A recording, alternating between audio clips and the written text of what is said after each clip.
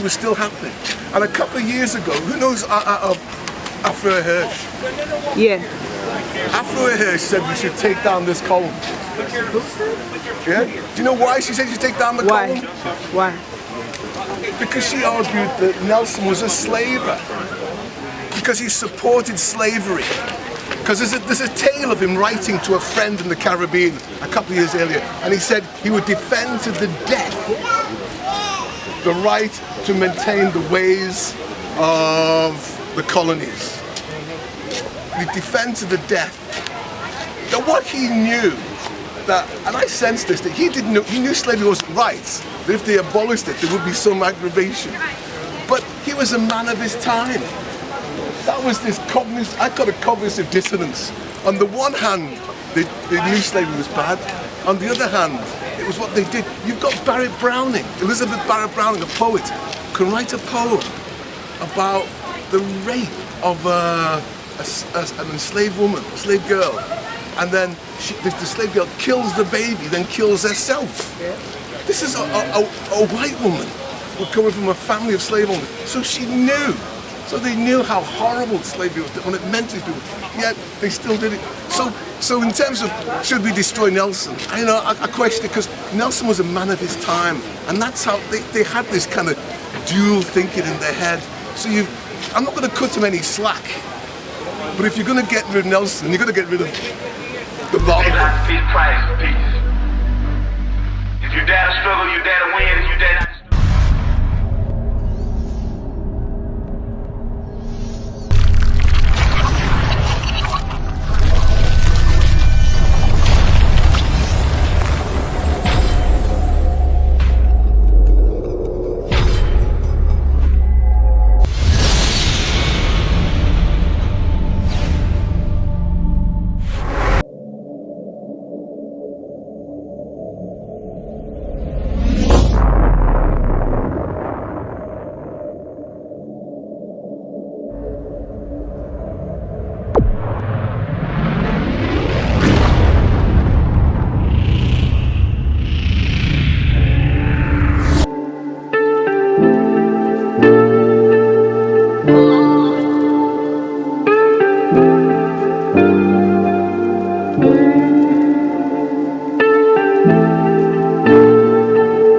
not.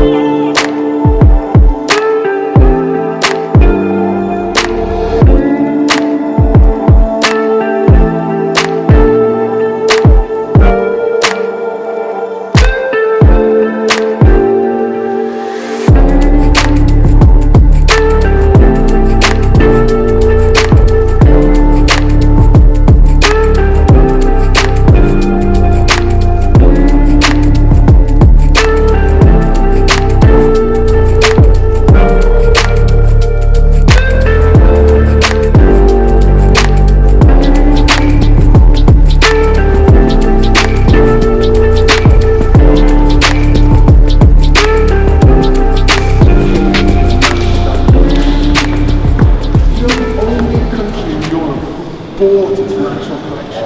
We bought this painting. We bought this from a man called Sir John Julius Angestan.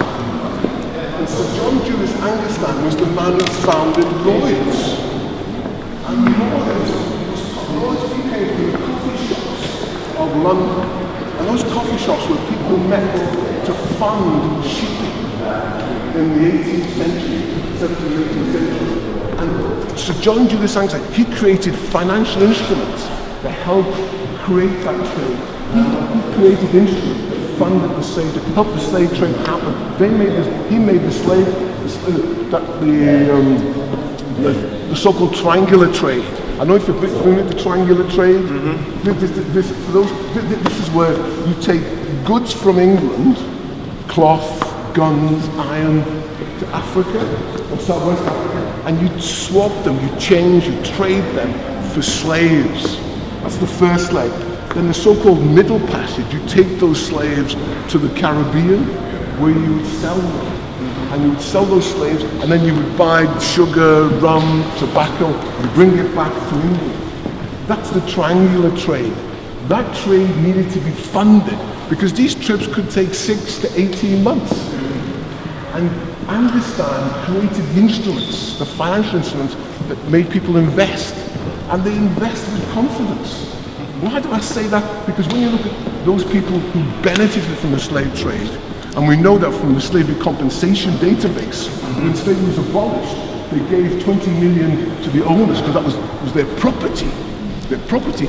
They are recorded, and you've got vicars in Glasgow, you've got widows in Penzance, you've got a huge range of people, small people, but also very big people who are investing. Because, and Anderson created those instruments. He helped create Lloyd's. You go to the Lloyd's, but he had interest in obviously insurance and in banking. He also had he owned property in plantations and investments in the Caribbean. So he made his money out of the slave trade, no question. He built up. He was an instrument, so-called Julians, that helped play and now he was a member of the League of Black People, what abolitionists were. But he was there to get people off the streets of London and take them take them back to Africa.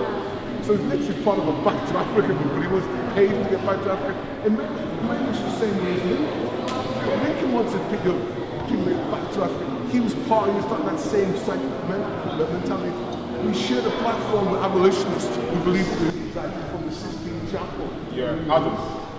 This from the Sistine Chapel. Because Michelangelo did the drawing for this. We got the drawing. This is the drawing.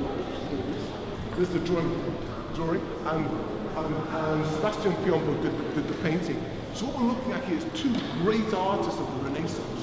And what's going on here is Jesus he's been called to Lazarus is ill, he's been called to heal him, but he arrives late, and Lazarus is dead. And that's why people are holding them nose to dead. And Jesus said, Lazarus come forth, and he comes back from the dead. In its day, this was the most expensive painting in the world. About £8,000. The Louvre wanted it, but it was kept together for the colony. There's also, I'm particularly interested in the power played here. This is the Archbishop whose church this was commissioned for. So he's there. Now can you imagine? You're giving mass, and you're there, you're praying to God, you're part of the scene. So there's a power play that we know, so that these priests are special people coming back to the two power bases of the church and the kingdom. So come back to the three kings. The three kings didn't really happen. The Bible didn't really come together in Latin form until sometime after Jesus died, of course. And it was around about 200 BC that the idea that the wise men became three kings. Three kings because of the three gifts, frankincense, incense, and myrrh. And what's the...